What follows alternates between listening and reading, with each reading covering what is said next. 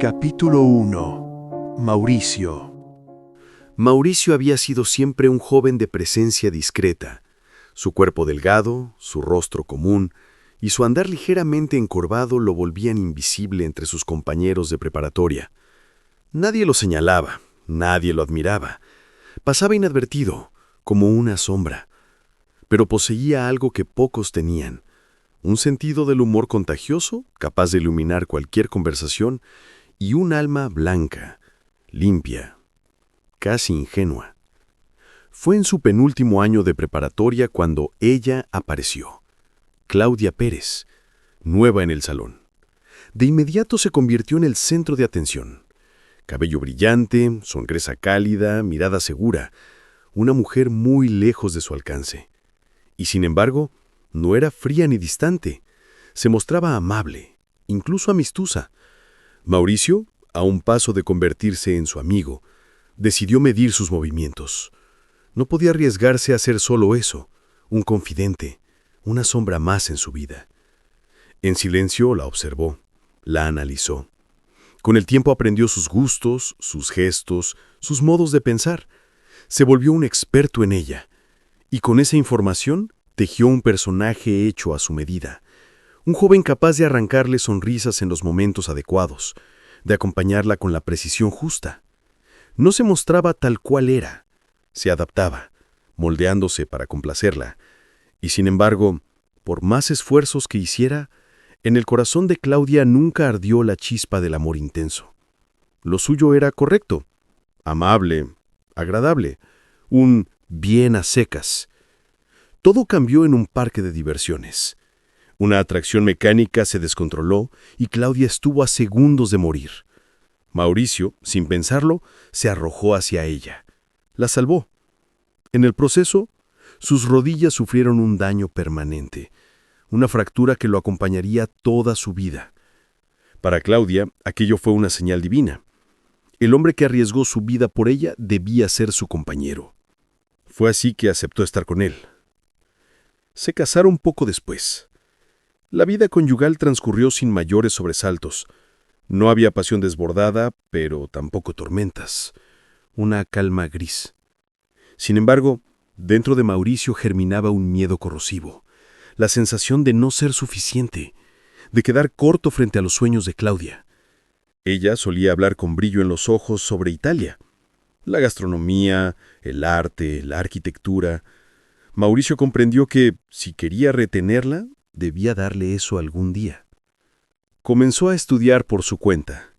Lengua italiana, historia, costumbres, todo lo que encontraba en la internet. Pasaban las noches y él seguía frente a la pantalla, con ojeras cada vez más hondas. Pero un día se topó con un muro. No había más que aprender en las páginas comunes. Entonces buscó en los rincones oscuros de la red, en foros clandestinos. Fue allí donde halló sitio extraño. La Italia, la tentación. No era un portal turístico, era un compendio de secretos, detalles ocultos, relatos prohibidos. Mauricio se sintió fascinado. Conoceré una Italia que nadie más conoce, pensó. Y allí encontró la oferta.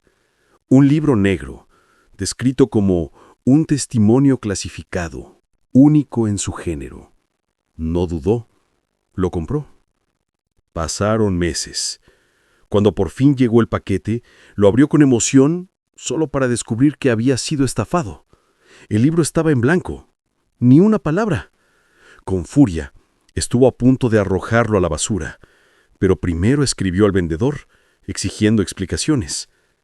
La respuesta fue inmediata.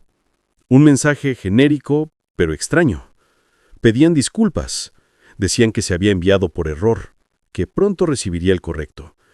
Para eso debía devolver el ejemplar en una dirección específica, y no debía hacerlo en cualquier momento, sino en una fecha y hora exactas.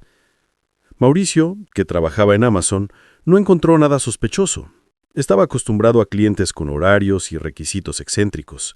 Preparó la entrega, convencido de que no era más que un trámite. Pero desde ese día, Claudia comenzó a cambiar. Su mirada se volvía distante, sus gestos distraídos, como si viviera atrapada en pensamientos oscuros. Mauricio, a su lado, empezó a hundirse también en esa melancolía. La casa se llenó de un aire espeso, como de funeral anticipado. Llegó la fecha pactada. Lloviznaba. Mauricio, meticuloso, condujo hasta la dirección indicada. Una casa grande pero apagada, sin señales de vida. La fachada oscura parecía abandonada hacía semanas. No tocó la puerta. Simplemente dejó el libro dentro de una de las cajas de Amazon que siempre llevaba en el coche. Sin remitente ni guía. No quería que se mojara. Esa casa, aunque no lo supiera, era la misma donde había vivido tormento con su amada Amira. Mientras regresaba a su auto, el viento anunció tormenta. Sus rodillas le dolían, lo obligaban a caminar lento. Justo antes de encender el motor, su celular sonó. Un número desconocido. Contestó con la respiración agitada. Señor Mauricio, lo sentimos mucho. Su esposa ha muerto. Mauricio sintió como el mundo se partía en dos. Claudia había fallecido esa misma tarde. Y más aterrador aún, el mismo día y a la misma hora que Amira Miranda, la esposa de Tormento.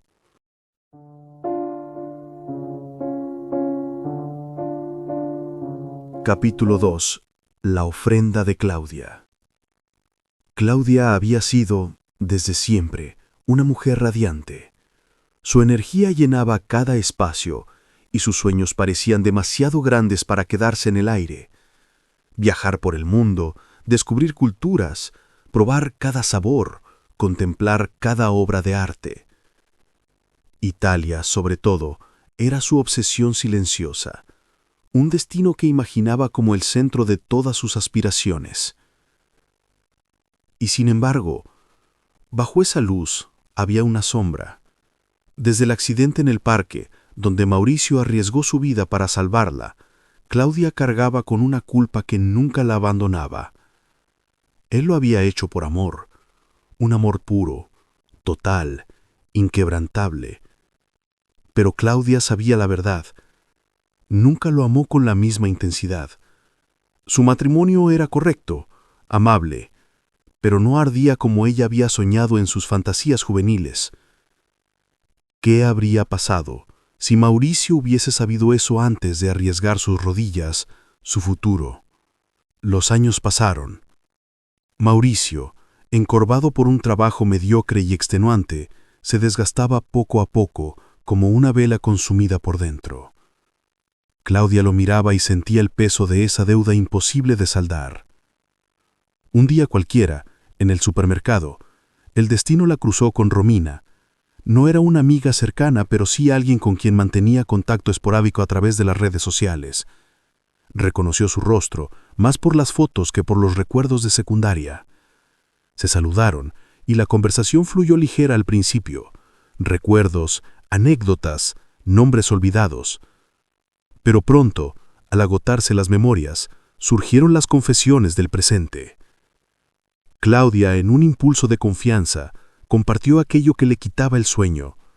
Su vida con Mauricio, el sacrificio que la mantenía encadenada a él, la culpa que le corrompía el alma. Romina escuchó con atención hasta que soltó la pregunta que cambiaría todo. ¿Te obsesiona? Claudia dudó un instante. Bajó la mirada y respondió, un poco sí. Entonces Romina sonrió con un dejo enigmático. Le contó la historia de su padre, el doctor Ignacio Enderizzi, un cirujano ortopédico mediocre durante años, hasta que viajó a Italia. Allí conoció colegas que le revelaron métodos y técnicas ocultas, secretos que lo transformaron en una eminencia de la medicina. Desde entonces, su prestigio se disparó. Él podría ayudar a Mauricio, dijo Romina con naturalidad.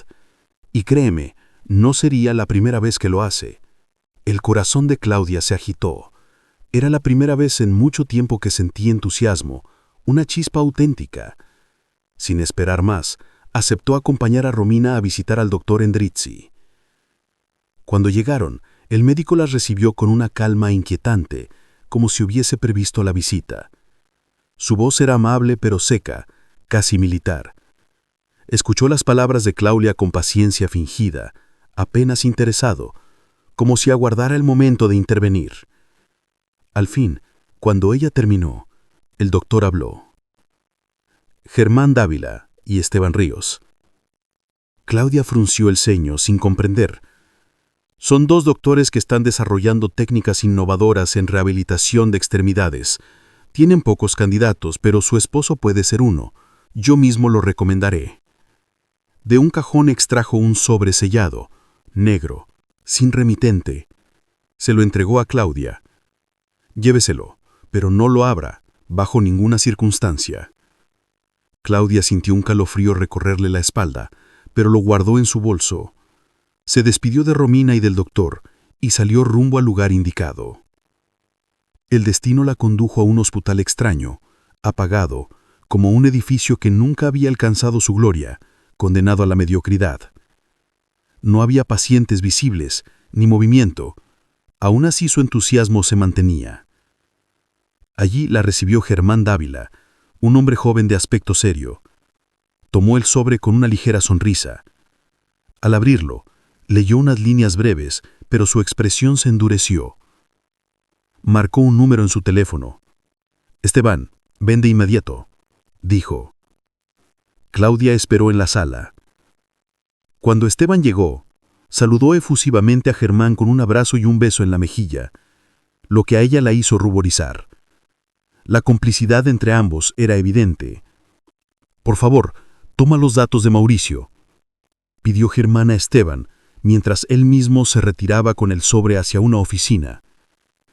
Dentro, encendió la computadora y digitó una dirección escrita en la carta. La pantalla mostró un video, imágenes de una ceremonia, una ofrenda, una hoja con nombres, nombres tachados, nombres sumados, y un mensaje breve, intimidante, que le robó la respiración. Sus ojos se quedaron fijos, vacíos. Cuando salió de la oficina llevaba una hoja impresa en la mano.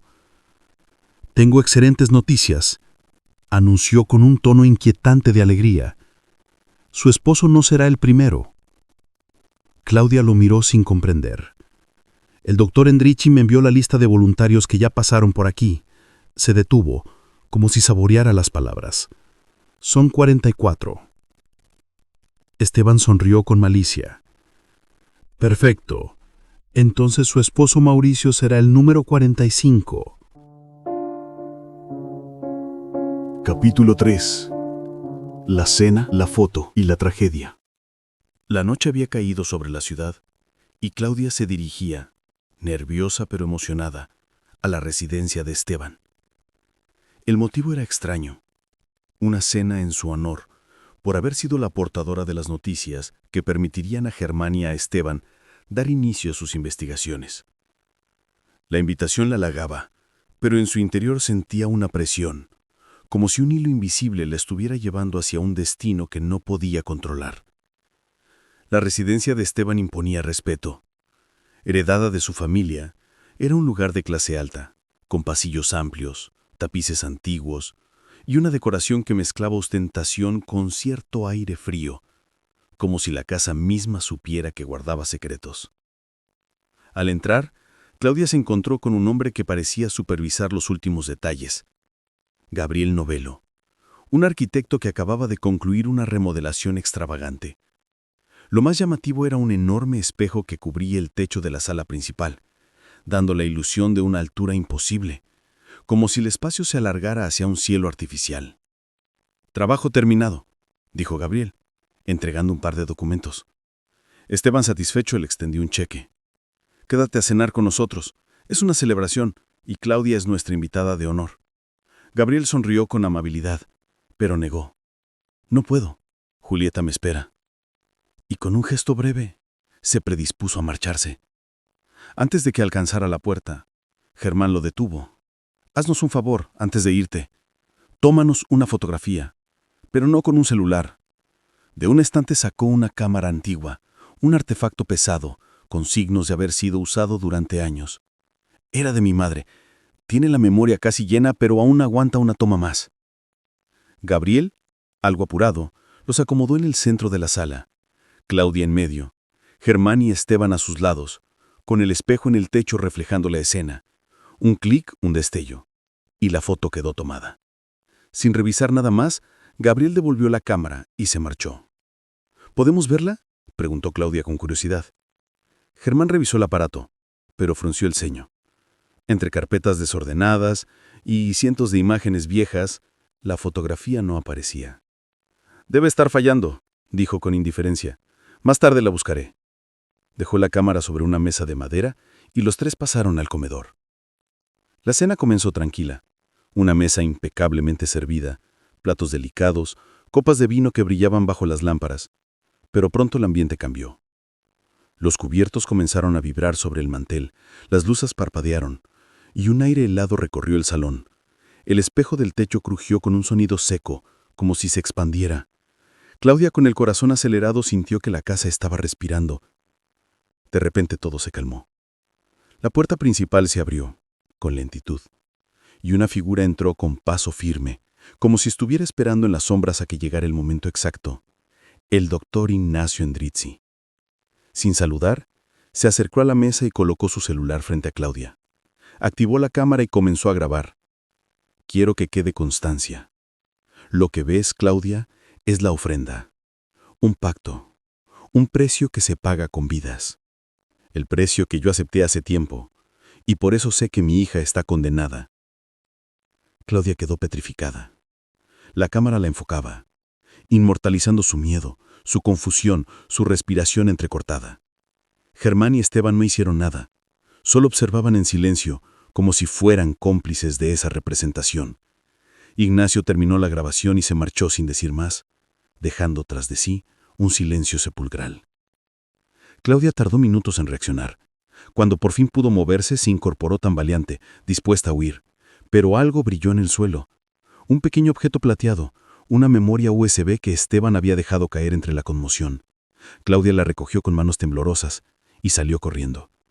En su auto, estacionada a unos metros, respiraba agitada, repasando los fragmentos de aquella noche. Pero en su memoria había huecos, minutos enteros que no lograba recordar. Apretó el volante, indecisa. ¿A quién llamar? ¿Quién podría comprender lo que acababa de presenciar?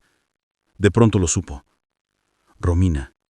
Ella era la única fuera del alcance directo de Ignacio. Marcó su número, y aunque era de madrugada, Romina contestó. «Estoy bien», dijo Claudia con una voz fingida, casi convincente.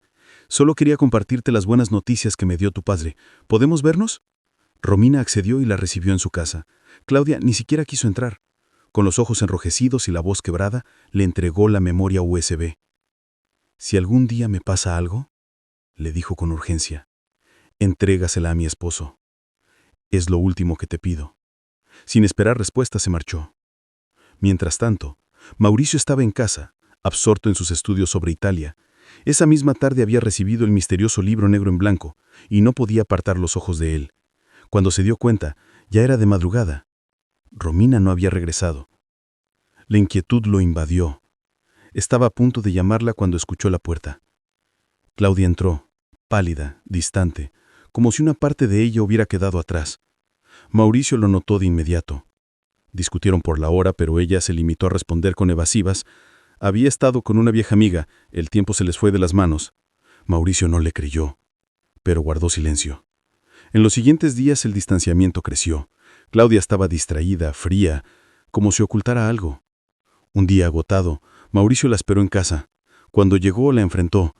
«¿Hay alguien más?», preguntó con la voz quebrada. Claudia lo negó, pero sus ojos no coincidían con sus palabras. Mauricio explotó. Su ira lo consumía. Su cuerpo temblaba. Sus rodillas doloridas parecían encenderse en fuego. Perdió la cordura. Todo se volvió rojo, borroso. Y entonces un vacío.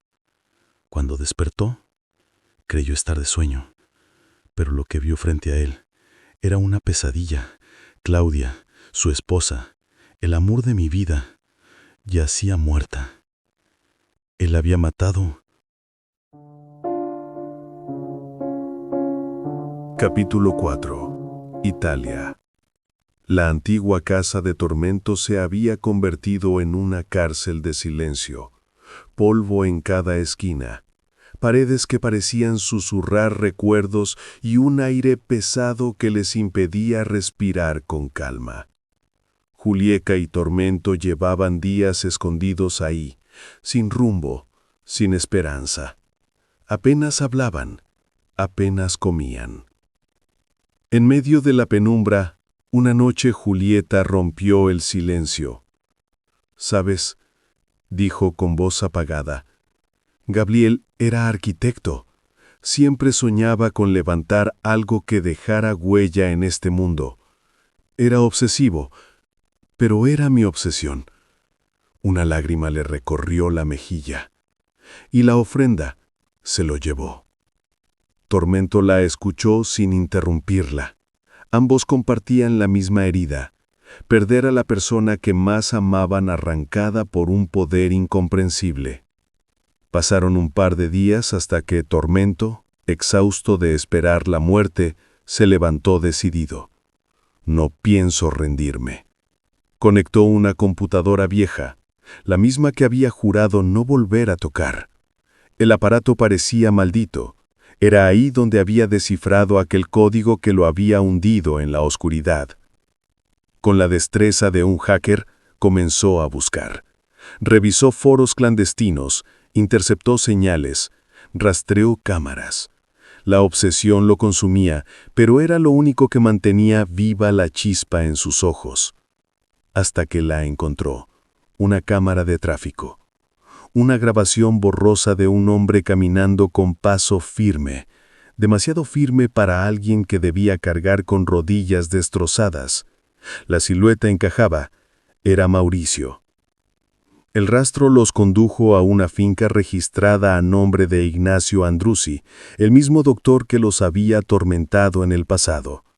Julieta y Tormento decidieron enfrentarlo. Llegaron a su casa, tocaron la puerta, y cuando por fin los recibió, lo hicieron sin rodeos. «¿Dónde está Mauricio?», exigió Julieta. Ignacio los observó con esa calma fría que lo caracterizaba. Ninguna acusación, ningún insulto lograba moverlo. Parecía una piedra. «Están perdiendo su tiempo», dijo con un tono cansado pero firme. «Nada de lo que hagan va a cambiar el final». Tormento apretó los puños, conteniendo su rabia. «Dinos dónde está».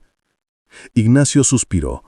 Se acercó a un escritorio y les tendió un papel. Una dirección en Italia. Matera. Si lo buscan, ahí lo encontrarán. Pero recuerden esto. A veces encontrar la respuesta no es una bendición, sino la peor de las condenas. Antes de marcharse, Julieta lanzó la pregunta que ambos habían evitado durante días.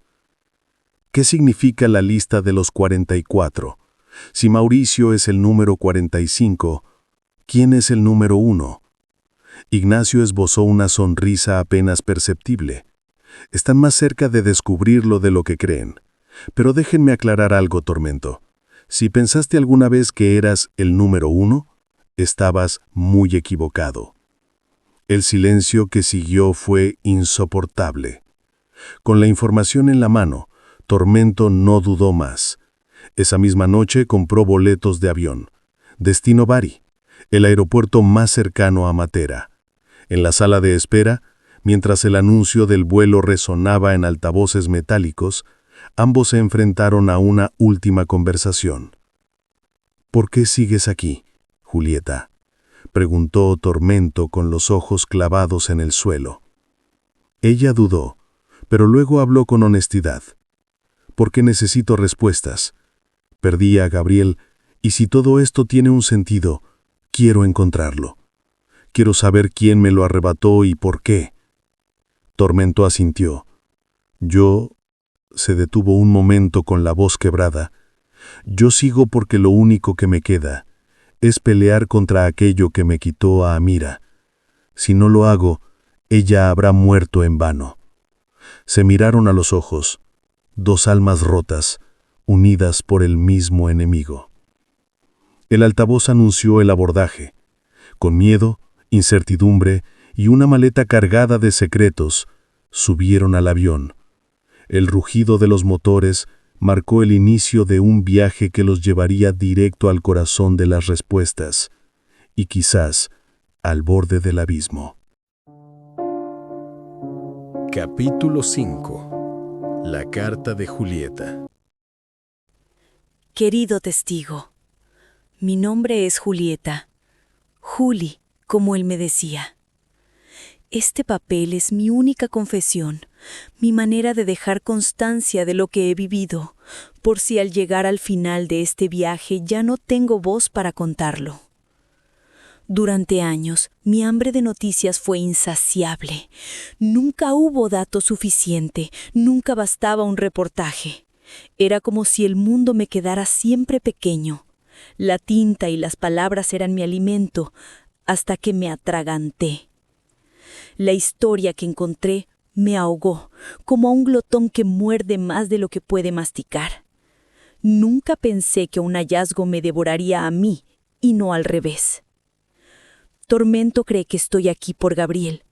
No se equivoca, pero tampoco tiene toda la verdad. No le dije lo que descubrí porque no me habría creído, no lo entendería con mis palabras. Necesita verlo con sus propios ojos, aunque la visión lo quiebre, aunque lo condene. Esa es mi motivación. No salvar a Gabriel, porque ya está perdido para siempre, sino ver si aún puedo salvarlo a él. Porque Tormento, en realidad, se llama Diego Santana. Lo supe en cuanto lo vi. Esa familiaridad en sus gestos, en su forma de callar más de lo que habla. Lo confirmé después en aquella caja metálica llena de fotografías, cuando mi memoria trajo a la superficie un artículo viejo que guardaba entre mis documentos periodísticos. Él era el genio de la informática que una vez entrevistaron, el hombre que entendía el mundo en códigos, pero cuando perdió a su esposa, no solo la perdió a ella, se borró a sí mismo. Eliminó cada rastro, cada archivo, cada huella que quedara de su vida como Diego. Se suicidó en silencio, sin morir, y en ese vacío nació Tormento. Quizás él no lo recuerde, pero yo sí. Yo lo reconocí. Y aunque él se esconda tras ese nombre maldito, aún hay algo de Diego latiendo bajo las cenizas. Por eso escribo. Porque esta travesía no es solo para encontrar respuestas, sino para que él vuelva a verlas, para que vuelva a verse. Si logro salvarlo, aunque no haya podido salvar a Gabriel, habré cumplido con lo único que me mantiene viva. Pero en mi conciencia arde otra certeza más pesada, la más amarga de todas. Mauricio está perdido. No lo digo con rabia ni con desprecio, sino con esa resignación que llega cuando un periodista ya ató todos los cabos, cuando las piezas se encajan de forma cruel e inevitable. Lo que lo consume es más grande que cualquier rescate, más profundo que cualquier amor. Lo sé, lo acepto, y aún así sigo volando hacia él, hacia Italia, hacia el corazón de la ofrenda. Si estas palabras llegan a alguien, que sepan esto.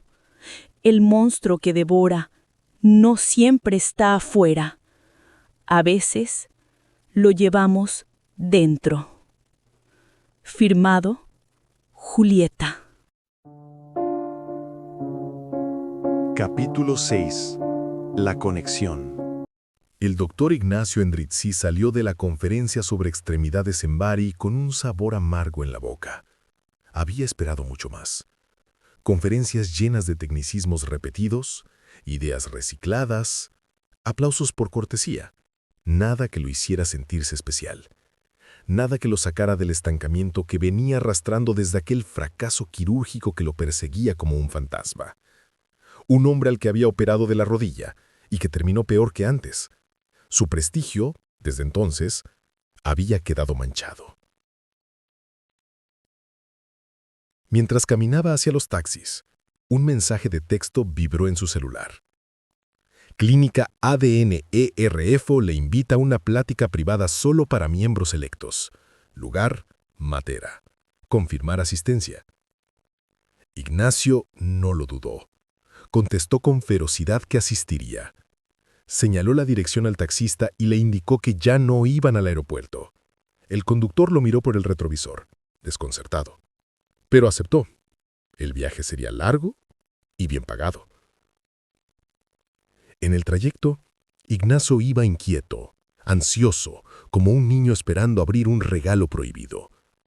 El taxista, intentando matar el silencio, le preguntó si venía como turista a tomar fotos de los lugares antiguos. El doctor respondió con un seco no. El hombre al volante explicó que la dirección que llevaba no era precisamente un hospital, sino la cripta del Peccato Originale, un sitio histórico, misterioso, donde casi nadie se aventuraba de noche. Ignacio improvisó que un amigo lo había citado allí. El taxista se encogió los hombros y no insistió más. Tras más de 40 kilómetros, llegaron. Ignacio bajó frente a la cueva envuelta en penumbra. El conductor le ofreció esperar, pero Ignacio rechazó. Tenía la sensación de que estaría mucho tiempo. Entró. El aire olía a piedra húmeda y musgo, pero también a incienso rancio. La oscuridad era densa, rota apenas por unas lámparas mínimas que dejaban ver una mesa larga, preparada solo para 10 o 12, aunque había únicamente 2 sillas frente a frente. Una de ellas tenía su nombre escrito en una etiqueta. Se sentó, notando un cosquilleo en la nuca. Frente a él, sobre la mesa reposaba un libro negro, antiguo, pero extrañamente bien conservado. En la portada podía leerse La Oferta, Dante di Andrea. Ignacio no lo abrió. Se limitó a observarlo, nervioso, expectante. De pronto, una figura apareció sentada en la silla frente a él. No la vio llegar, simplemente estaba ahí, como si siempre hubiese estado. Una voz cavernosa pronunció su nombre, su profesión, y le reveló su obsesión. No deseas salvar vidas, ni aliviar dolores. Deseas ser reconocido, colocado en un pedestal. Eres un hombre dispuesto a pagar cualquier precio por el brillo de su propio nombre. ¿Ignacio helado? No lo negó. Aquello, aunque crudo, era la verdad que más lo alimentaba. Solo alcanzó a preguntar, ¿qué clase de precio? La voz respondió con calma insoportable. El último que querrías pagar, aparte de tu vida, claro está. El libro se abrió por sí solo, y una lista apareció ante sus ojos. 44 renglones, todos con nombres escritos, menos el primero. El número 1 estaba vacío. «Falta un nombre», dijo Ignacio, confundido. «No te preocupes por ese. Ese ya lo tenemos desde hace mucho. Ocúpate de los demás». «¿Qué debo hacer con ellos? ¿Operarlos?» «No. Entregárnoslos. Ellos nos pertenecen. Tú solo debes asegurarte de llevarlos a nosotros. Y recuerda, cuando falles en entregar al siguiente, pagarás la ofrenda pactada, aquello que nunca imaginaste dar a cambio». El doctor tragó saliva. ¿Puedo recibir ayuda? Por supuesto. Tu nombre será respetado. Se te dará lo que necesites para que cumplas tu propósito. La presencia se desvaneció. La penumbra cedió a una luz creciente, como si el día entrara en la cueva sin permiso. Ignacio parpadeó deslumbrado, y cuando volvió a enfocar, ya no estaba ahí. En su lugar, sentado en la misma silla, en la misma mesa, estaba Mauricio, tranquilo como si siempre hubiese pertenecido a ese lugar. Fumaba un cigarrillo mientras leía un periódico doblado. Sin prisa, se levantó y tomó una charola servida con un desayuno. Junto a ella descansaba también el libro negro de la ofrenda. Caminó hacia una habitación, puso la charola en la cómoda y se sentó al borde de la cama. Con voz suave, acarició la sábana y susurró: «El desayuno ya está listo, mi amor. Despierta, que hoy tenemos lugares que conocer. Despierta, Claudia». Capítulo 7. La maldad en el aire. El cielo de Matera estaba cubierto por nubes densas, como si el mismo pueblo antiguo, con sus callejones de piedra y casas incrustadas en la roca, quisiera guardar secretos. Julieta y Tormento habían llegado agotados por el viaje, pero con la mente fija en una sola cosa: encontrar a Mauricio. Recorrieron las calles en silencio, observando la arquitectura cargada de historia. Los muros parecían absorber las voces de generaciones pasadas, y cada sombra en las esquinas sugería que alguien los observaba. En una cafetería pequeña, con mesas de hierro forjado en la acera, Tormento se detuvo. Miró a Julieta con un gesto neutral, pero sus ojos reflejaban la tensión de algo no dicho. «Espérame aquí», le dijo con calma. «Tengo un asunto pendiente antes de ir a buscar a Mauricio». Julieta lo miró fijamente, como si quisiera leerle la mente, pero asintió. Se sentó en una mesa, pidió un café y dejó que su vista se perdiera sobre la carta que había escrito en el avión. La repasó con la mirada, sabiendo que contenía más de lo que se había atrevido a decir en voz alta. Tormento se alejó caminando sin prisa, pero apenas dobló la esquina, sacó un papel arrugado de su chaqueta. Una dirección escrita a mano, un secreto que había mantenido oculto de Julieta. Siguió los pasos hasta llegar a una casucha descuidada en las afueras del casco antiguo. El lugar parecía abandonado. Persianas rotas, basura en la entrada, paredes húmedas. Tormento tocó una vez, y la puerta se abrió con un chirrido. Dentro lo esperaba un viejo de rostro endurecido, ojos fríos y voz gastada, con un aura de violencia acumulada. Se trataba de Raffaele Leombra Moretti, un nombre que ya cargaba leyenda en foros ocultos. «Así que eres tú», dijo el viejo, encendiendo un cigarrillo con manos temblorosas pero firmes. Tormento no respondió, solo asintió levemente. Raffaele se inclinó hacia un cajón mugriento de madera. De él sacó un objeto envuelto en una tela blanca amarillenta por la suciedad.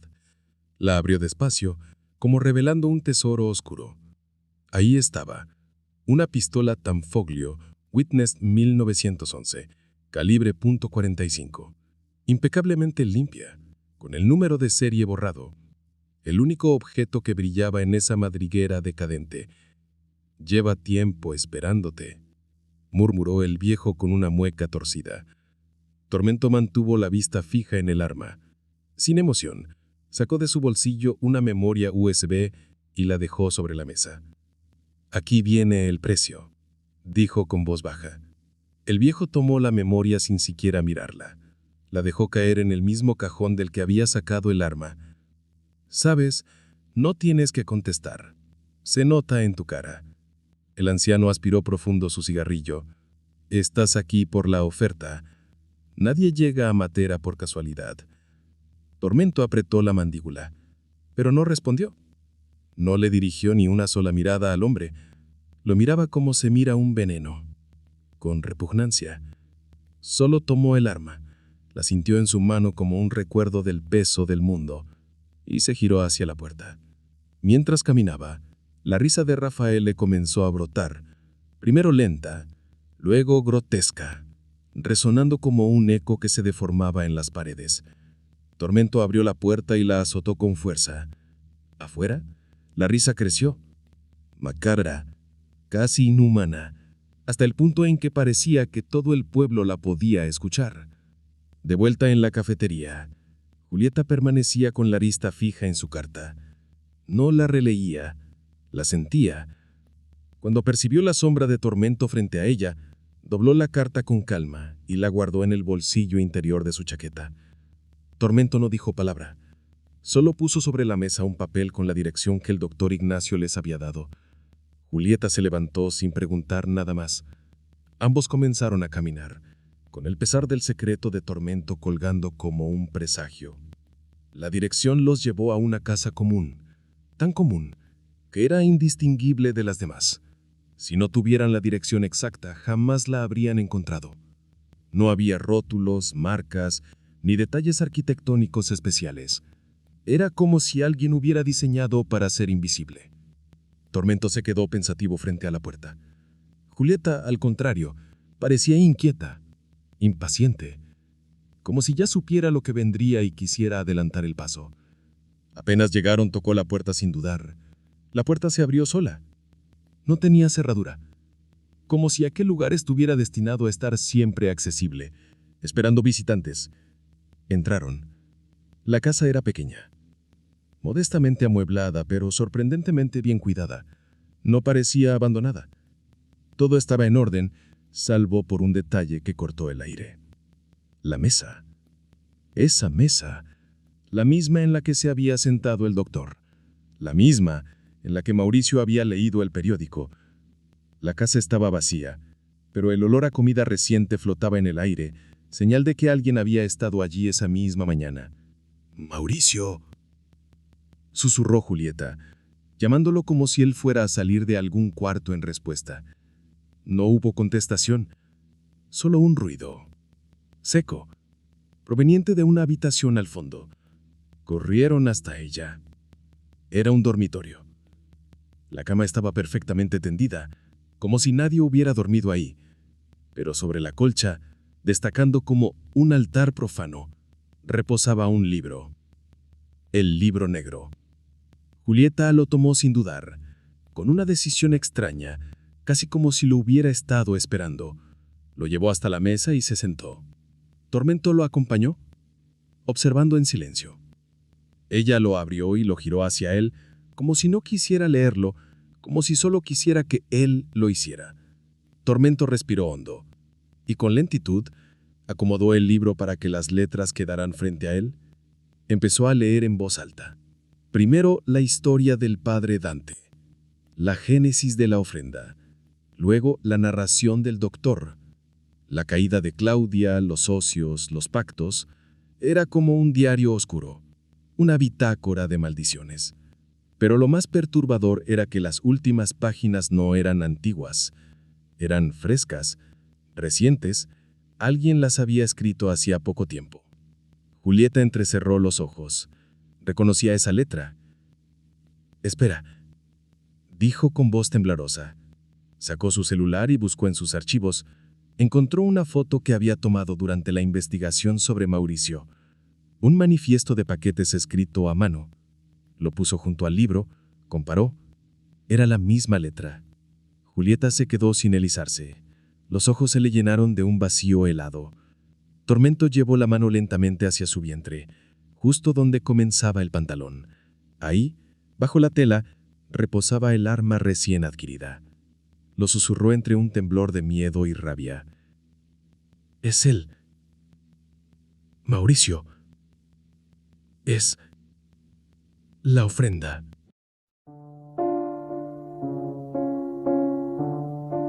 Capítulo 8. Aliados y esclavos. El sol iluminaba las calles de Matera con una calidez casi irreal. El día parecía salido de una postal. El bullicio del mercado, los turistas tomando fotografías, los vecinos charlando en las esquinas. Mauricio caminaba entre ellos como un hombre cualquiera, con una bolsa de compras en una mano y el periódico en la otra. Pan recién horneado, algunas verduras, una botella de vino barato. Su rutina parecía normal, casi feliz. Pero a lo lejos, al doblar una calle, algo quebró ese espejismo. Julieta. Estaba sentada sola en una mesa afuera de un café, absorta en una hoja de papel que sostenía en las manos. Mauricio se quedó paralizado, el corazón golpeándole el pecho con violencia. No lo había visto. Casi sin pensar, corrió en dirección contraria, olvidando por completo las compras que llevaba. Entró a toda prisa en la casa, arrojó las bolsas en una mesa y se asomó a una habitación.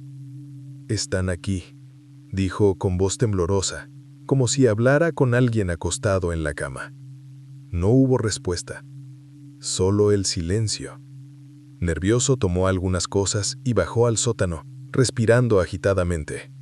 «Aquí esperaremos», murmuró, otra vez como si se dirigiera a alguien invisible. «Esperaremos a que se larguen». El tiempo pasó lento. Afuera, el pueblo seguía su curso. De pronto, la puerta principal se abrió con un chirrido metálico. Una voz clara lo atravesó todo. «¡Mauricio!» Era Julieta. Mauricio se quedó inmóvil en la oscuridad del sótano, los ojos bien abiertos, conteniendo la respiración. Otro sonido vino después, la voz firme de Tormento. «Es él, Mauricio, es la ofrenda». En ese instante, la casa estalló en violencia. Una fuerza invisible, brutal, se lanzó contra Julieta y Tormento. La mesa se volcó, las paredes vibraron y una tempestad maligna los arrastró como muñecos. Gritos, golpes secos, el olor a sangre. La ofrenda los atacaba con furia desmedida, como un vendaval de sombras con garras y dientes. Cuando parecía que serían despedazados, el chirrido de la puerta del sótano interrumpió la locura.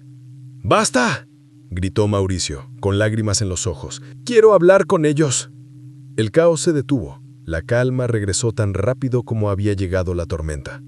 Mauricio subió las escaleras, pálido, temblando, y se sentó en la mesa caída. Tomó el libro negro con las manos. Julieta y Tormento estaban tirados en el suelo, sangrantes. Con esfuerzo, Tormento se levantó y ayudó a Julieta, que apenas podía mantenerse de pie. La sentó a su lado y se acomodó frente a Mauricio. El silencio pesó unos segundos hasta que Mauricio habló. «La ofrenda me dio lo que yo pedía. Solo tenía que hacer algunas cosas a cambio. Y cumplí. Les ruego que me dejen en paz». Julieta lo miró con rabia contenida, la voz quebrada. «¿Qué cosas? Mauricio, ¿qué hiciste?». Él bajó la cabeza avergonzado y confesó. «Después de matar a Claudia, me sentí perdido. No sabía qué hacer con mi vida. Y la ofrenda me ofreció una salida. Me dijeron que si ayudaba a nadie me culparía por su muerte. Parecería un accidente. Y mejor aún, que me la regresarían para estar con ella. Para siempre». Julieta lo interrumpió con brutalidad, los ojos abiertos como platos. «¿Quieres decir que Claudia está viva? ¿Por eso no había nada en su ataúd?». Mauricio levantó la mirada con un brillo desquiciado. «Sí, está viva. La ofrenda me la devolvió». Tormento se inclinó hacia adelante, sombrío, con el rostro endurecido. «¿Dónde está?». Mauricio tragó saliva y respondió con calma perturbadora. «Aquí, en el sótano. Está esperando a que todo esté seguro». Tormento no lo dudó.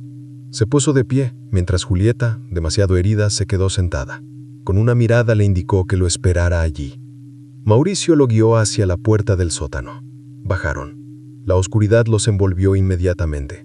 El ambiente era irrespirable, fétido, pesado, como una antesala del infierno. A mitad de la escalera, Mauricio comenzó a hablar. «Claudia, no tengas miedo. Vengo acompañado, pero no pasará nada».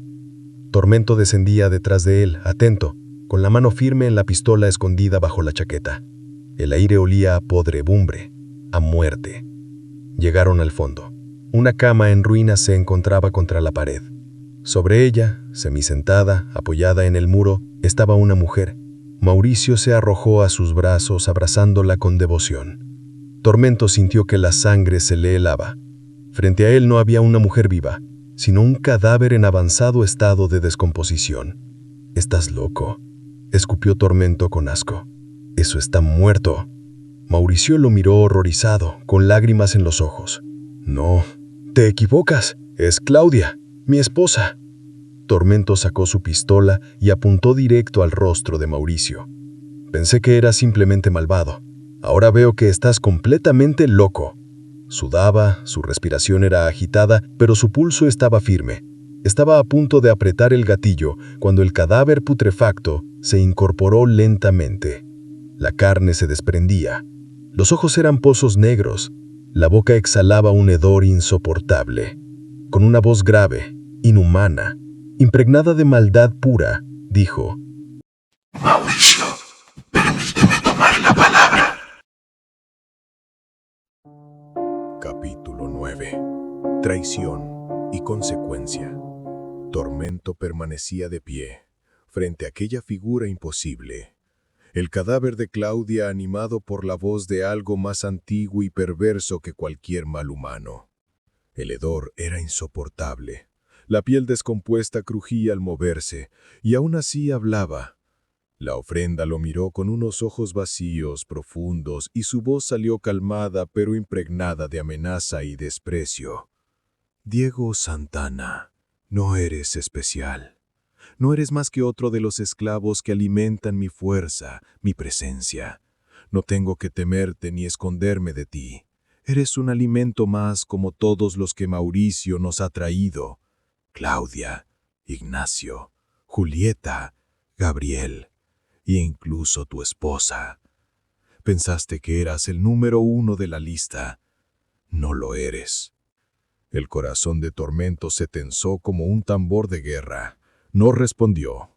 A su lado, Tormento rompió el silencio, exigiendo con desesperación. ¿Quién es el número 1? ¿Quién comenzó todo esto? ¿Quiénes son los 44 de la lista? La ofrenda soltó una carcajada gutural que resonó en el sótano como si las paredes mismas rieran con ella. No hay lista. Son solo pistas, migajas que te arrojé como a una presa para guiarte hasta mí. 44. 1. ¿Qué importa? Son incontables los que me sirven y me alimentan. Mauricio es mi siervo, un ciego que solo existe para avivar el fuego de la obsesión que lo trajo hasta aquí. Él me trajo a Ignacio, él me entregó a Julieta y Gabriel en bandeja de plata. ¿Y tú, Diego? Tú mismo me entregaste a tu esposa. El rostro de Tormento se endureció. Su respiración era un rugido. ¿Y Romina? Preguntó con la voz quebrada pero firme. ¿Por qué la mataste? Ella no tenía nada que ver contigo ni sabía de ti. La ofrenda cayó. Un gruñido profundo, animal, surgió del cadáver antes de que respondiera con frialdad. Yo no mato, yo tomo, y aquello que no me sirve para tomar, lo dejo a un lado. Un grito quebró la tensión. Desde la escalera, arrastrándose herida pero con los ojos encendidos, Julieta alzó la voz. ¡Mentira! Todos voltearon hacia ella. Su cuerpo temblaba, pero su voz era fuego. Tú matas lo que te amenaza. Por eso mataste a Romina, porque ella sabía, como yo sé, lo que eres. Eres Judas, el veneno que alimentó su obsesión. El mismo que lo empujó a traicionar a Cristo esperando que demostrara su poder, que destruyera a sus enemigos.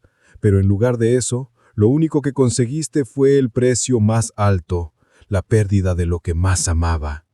Así eres tú, así son todas tus víctimas. Les prometes lo imposible y solo les dejas vacío. Julieta creyó que Claudia no le pertenecía y su obsesión lo arrastró hasta aquí. Cuando lo perdió todo, solo le quedó como consuelo ser su esclavo aferrado a una promesa que jamás cumplirías. Tú no puedes traer vida, solo puedes traer duda, insomnio, angustia. Eres un mal antiguo que vaga recogiendo migajas en la oscuridad para sobrevivir, pero estás destinado a extinguirte. La ofrenda rugió. El cuerpo podrido de Claudia se lanzó con violencia sobre Julieta. Ella no tenía fuerzas para defenderse. Tormento reaccionó de inmediato, se interpuso entre ambas y disparó. El impacto detuvo el ataque, pero el impulso del cadáver lo arrastró al suelo. La arma cayó, rebotando hasta quedar a los pies de Mauricio. Aterrorizado, Mauricio recogió la pistola. Su mirada estaba vacía, hueca. Sin titubeo, apuntó a Tormento, aún en el piso, y disparó. El sonido rebotó por el sótano como un trueno. Julieta gritó, ¡sangre! Tormento quedó tendido, respirando con dificultad. Mauricio giró el arma hacia Julieta. Su mano temblaba, pero sus ojos estaban fijos en ella con una mezcla de odio y desesperación. La ofrenda se materializó a su espalda, imponente, como un consejero oscuro. Mátala. Ordenó, con una voz que desgarraba el aire. Hazlo, y estarás en paz con Claudia para siempre. Mauricio apretó los dientes. El cañón de la pistola estaba firme apuntando al pecho de Julieta. Ella no se movía, solo lo miraba, con lágrimas contenidas pero sin miedo. Entonces, Mauricio bajó la vista. El cuerpo de Claudia estaba frente a él, en el suelo, y por un instante la vio como antes, hermosa, pacífica, durmiendo como en los días de su amor. Una lágrima rodó por su mejilla, pero en segundos aquella imagen se deformó, transformándose ante sus ojos en lo que realmente era, un cadáver corrompido, podrido, grotesco. El terror lo sacudió. «¡No, no!», susurró retrocediendo un paso. Esa no es Claudia. Esto no es lo que me prometiste». Giró la pistola hacia su propia sien. La ofrenda gritó en un idioma imposible, palabras que desgarraban la mente. Mauricio cerró los ojos, apretó los dientes y jaló del gatillo. El estruendo llenó el sótano. El cuerpo de Mauricio cayó pesado al suelo. El eco del disparo se extendió como una sombra infinita. Capítulo final. No hay trato. El disparo había dejado un silencio tan grande que dolía. Después de que Mauricio se voló la sien, el eco rebotó en las paredes como si el mundo hubiera partido en dos. Tormento quedó tendido, respirando con dificultad. Julieta, atónita, incapaz de sostener un pensamiento, sintió como la vida se le escurría entre las manos como agua fría. Con un esfuerzo que parecía venir de otro cuerpo, se incorporó a tientas y subió las escaleras. Cada peldaño fue una galaxia de dolor, cada movimiento un mapa de escombros en su propio cuerpo. Llegó hasta la cama del cuarto, se dejó caer sobre las sábanas en un estado intermedio entre la vigilia y el colapso. El mundo se cerró en una cortina de negro. Quedó inconsciente, herida y exhausta, mientras la casa intentaba recomponerse de la ráfaga de violencia que había atravesado los muros. Anocheció. La casa respiró en sombras. Un ruido, primero apenas un susurro, luego un roce de botas, la despertó. Levantó la cabeza con un sobresalto, esperando encontrar la ofrenda, la presencia que la había perseguido como una sombra. Pero lo que vio fue aún más humano y a la vez más terrible. Ignacio Endrizzi, de pie al pie de la cama, con el libro negro en una mano y la pistola caída de tormento en la otra. Sus ojos eran fríos, calculadores. Su rostro, imperturbable. «¿Me vas a matar?», le preguntó Julieta, la voz afónica, apenas un hilo. Ignacio negó con la cabeza, sin moverse de su lugar. «No vine a eso», dijo. «Vine a limpiar». Julieta, con el corazón retumbándole en el pecho, volteó la vista hacia la puerta abierta. A través del marco vio 2 o 3 hombres acomodando muebles, barriendo, colocando cuadros de forma que la sala pareciera intacta, como si nada hubiera pasado. Vio a un tipo enorme, rudo, que cargaba en sus hombros 2 bultos envueltos en plástico, uno en cada hombro. El hombre, inmóvil, avanzaba con la calma de quien carga los sacos de su oficio. «¿Mauricio y Claudia?», preguntó ella con voz quebrada, mientras retrocedía un poco en la cama. «¿Los trajiste tú?». Ignacio asintió sin ceremonia. «Sí, aquí están». «Diego». La voz de Julieta buscaba a Tormento. «¿Se fue?», respondió Ignacio con indiferencia. «O se largó antes de que yo llegara. Por su pie o por la ofrenda, no sabría decirlo con certeza». Ignacio dejó el libro sobre la cama y depositó también la pistola donde Julieta pudiera verla. «Puedes irte cuando estés lista. Alguien te llevará a un hospital. No hagan preguntas. No regales respuestas que no te pidan». Al tocar el hombro del gigante, le dijo en voz baja: «Gino, ya sabes qué hacer». El hombre, Gino, no parpadeó, ni un gesto. Fue como si la piedra tuviera brazos. Julieta se quebró. Las lágrimas salieron en un sollozo que era más liberación que pena. El cuerpo le temblaba hasta los huesos. Respiró. Se limpió el rostro con la manga como quien trata de borrar un mapa doloroso, y dijo con voz diminuta: «Estoy lista». Gino la alzó con una facilidad escalofriante. La levantó como una hoja seca y la depositó en el asiento trasero de un auto negro con vidrios polarizados. El vehículo arrancó y la llevó por calles que le sonaban ahora ajenas, hasta detenerse frente a un hospital moderno que no pegaba con la piedra de Matera. La fachada relucía, la entrada olía a antiséptico y a lujo. 2 paramédicos salieron a recibirla. La acomodaron en una silla de ruedas y la empujaron dentro.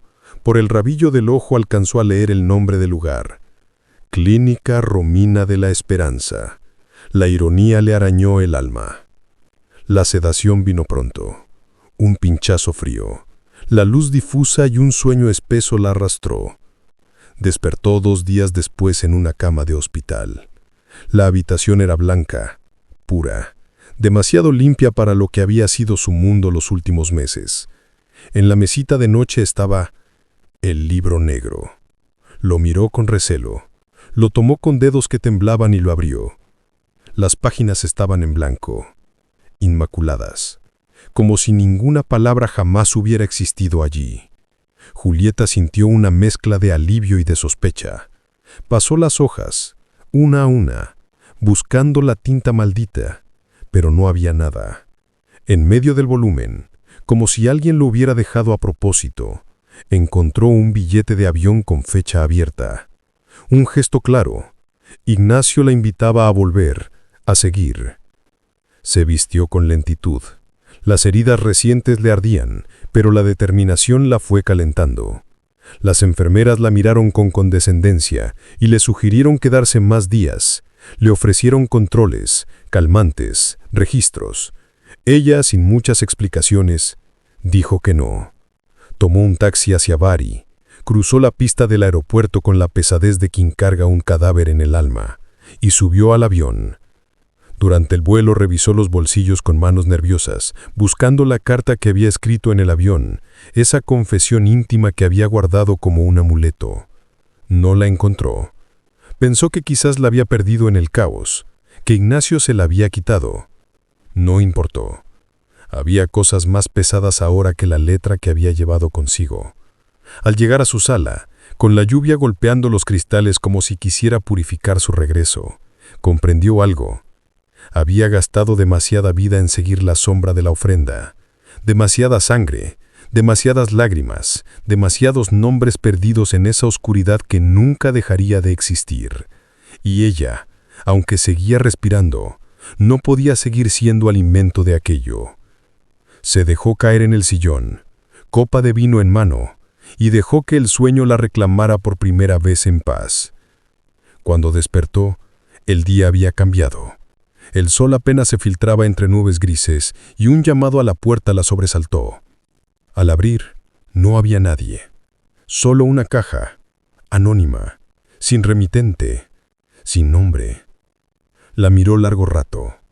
Podía ser un mensaje de Diego, un gesto de que aún seguía vivo. Podía ser también la ofrenda, reclamando una revancha. Podía ser cualquier cosa.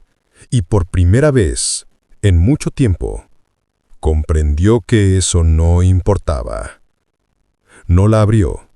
No quiso abrirla. La tomó entre las manos junto al libro negro que aún la esperaba como una herida sin cicatrizar. Y caminó hasta la chimenea. Encendió las brasas y dejó caer primero el libro, después la caja. El fuego los recibió con un rugido breve y voraz. Los vio arder, los vio deshacerse en cenizas, y con ellos arrojó también la obsesión que la había consumido. Por fin sonrió. Una sonrisa pequeña, honesta. No era la victoria sobre la ofrenda, ni sobre la oscuridad, pero sí era su propia victoria, la de no seguir mirándola, la de no seguir entregando atención ni miedo. Se sentó frente a las llamas. Observó cómo el fuego devoraba todo lo que alguna vez había pesado sobre ella, y brindó con un último sorbo de vino. Afuera la lluvia se había detenido. Adentro, solo quedaba el crujir del fuego y el murmullo del viento. Julieta cerró los ojos. No necesitaba respuestas. Ya no necesitaba saber. El misterio podía seguir existiendo en algún rincón del mundo. Pero en su vida, había terminado.